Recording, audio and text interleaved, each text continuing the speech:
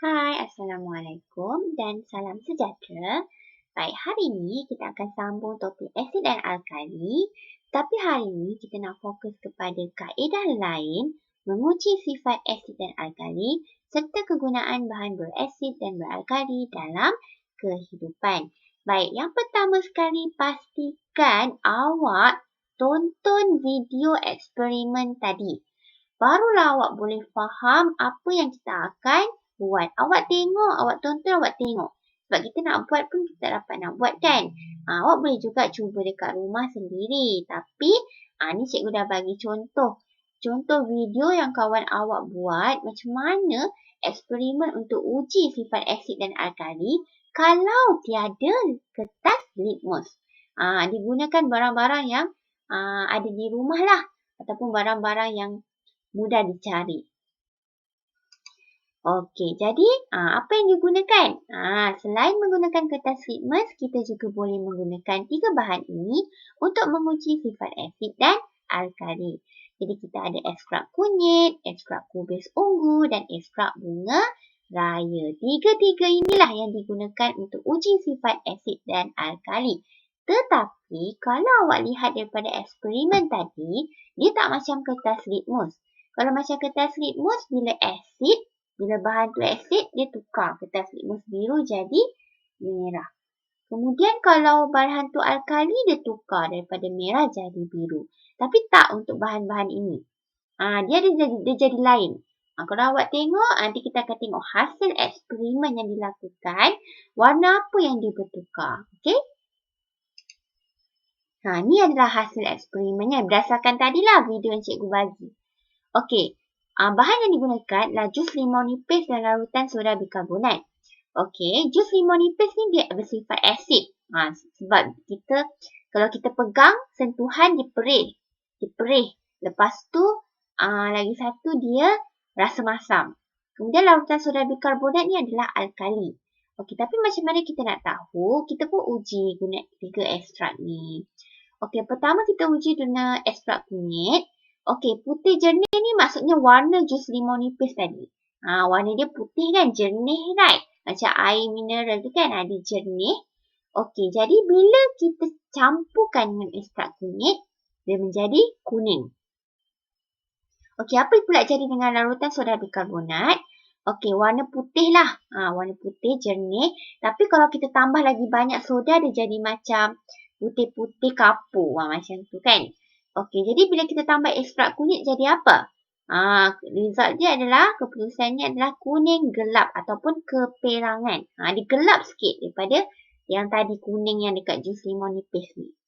Okey, kemudian kita gunakan ekstrak kubis ungu. Okey, perubahan warna jus limau nipis daripada putih jernih kepada merah. Okey, untuk larutan soda bikarbonat daripada putih jernih bertukar menjadi biru. Okey, macam mana pula dengan ekstrak bunga raya? Okey, putih jernih bertukar menjadi merah dan larutan soda bikarbonat putih jernih bertukar menjadi hijau. Jadi, apabila sesuatu bahan yang kita gunakan, bila kita letakkan ekstrak kubis ungu dan bahan itu bertukar menjadi merah, maksudnya bahan itu adalah bersifat asid.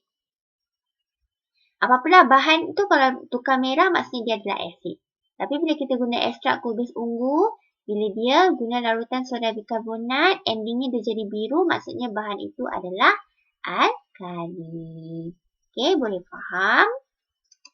Baik, seterusnya kita masuk kepada kegunaan bahan berasid dan beralkali dalam kehidupan. Okey, dalam sekeliling kita ni, bahan-bahan yang ada di sekitar kita ni bersifat asid, alkali dan neutral. Jadi kita lihat apa kegunaannya. Okey, selain bahan makanan, terdapat bahan lain di sekeliling kita yang bersifat asid, alkali dan neutral. Jadi bahan ini digunakan dalam bidang pertanian, perubatan, kesihatan dan perindustrian. Contohnya kapur. Okey, kapur ni dia bersifat alkali dan kita gunakan dalam pertanian untuk mengurangkan keasidan tanah kebun. Okey, kedua sabun. Sabun pencuci ni dia adalah bersifat alkali. Okey, cuka pula. Cuka ni pula dia bersifat asid. Dan kita boleh jadikan rawatan awal bagi kawasan yang kena sengat tebuan. Kalau ada kena sangat tebuan, kita boleh gunakan cuka sebagai rawatan awal. Rawatan awal tu bukan bermaksud awak akan terus sembuh. Tak. Maksudnya rawatan awal sementara untuk awak pergi ke hospital. Jadi sengat tebuan ni bersifat alkali. Sebab tu kita kena lawan dia guna cuka yang bersifat asid. Okey, sekarang cikgu nak awak buka buku aktiviti sains muka surat 75. Baik, tengok gambar ni. Tulis hari dan tarikh, okey. Baik, Aisyah ingin menguji sifat beberapa bahan tetapi kertas litmusnya telah habis. Apakah bahan lain yang boleh diproses oleh Aisyah untuk menggantikan kertas litmus? Warnakan jawapan. Okey, lihat dalam ni mana ekstrak yang boleh kita gunakan. Ekstrak bunga raya, ekstrak kunyit dan ekstrak kubis ungu. Cikgu nak awak warnakan jawapan dia. Okey. Warnakanlah kubis ungu ni warna ungu. Bunga raya ni bunga raya warna apa? Merah ada, pink ada kan? Kunyit ni warna apa? Coklat-coklat kuning. Okey, warnakan. Dengan menggunakan enjin carian, tulis cara menguji bahan berasid dan beralkali menggunakan salah satu bahan tersebut. Enjin carian ni maksudnya Google lah. Tapi cikgu tolong. Okey, gunakan salah satu bahan. Awak pilih bahan mana antara tiga ni untuk awak huraikan. Okey, contohnya cikgu nak guna. Okey, contohnya awak pilih kunyit. Okey, awak tulislah ekstrak kunyit. Ekstrak kunyit boleh menguji sifat sesuatu bahan itu berasid atau beralkali. Okey, kemudian ekstrak kunyit yang dimasukkan ke dalam larutan asid, contohnya perahan limau nipis, ia akan bertukar warna menjadi warna. Tengok balik tadi hasil eksperimen kita. Bila ekstrak kunyit masukkan dalam larutan asid, apa jadi? Larutan asid perahan limau nipis, apa jadi? Dia jadi warna kuning kan? Kita tulis kuning. Kemudian yang bawah ni, sekiranya dimasukkan ke dalam larutan alkali seperti larutan soda bikarbonat, ia akan bertukar menjadi warna. Tengok balik hasil eksperimen jadi warna apa? Kuning gelap iaitu keperangan.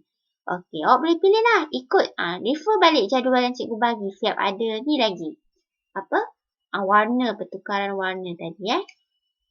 Okey, cikgu pilih kubis ungu. Okey, apa jadi bila kita letak kubis ungu? Merah.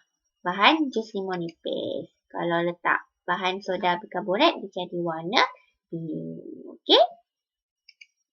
And then awak kena buat muka surat 76. Tulis hari dan tarikh. Okey, yang ini adalah berkenaan dengan kegunaan bahan berasid dan beralkali dalam kehidupan. Okey, tengok nombor 1 sampai 4.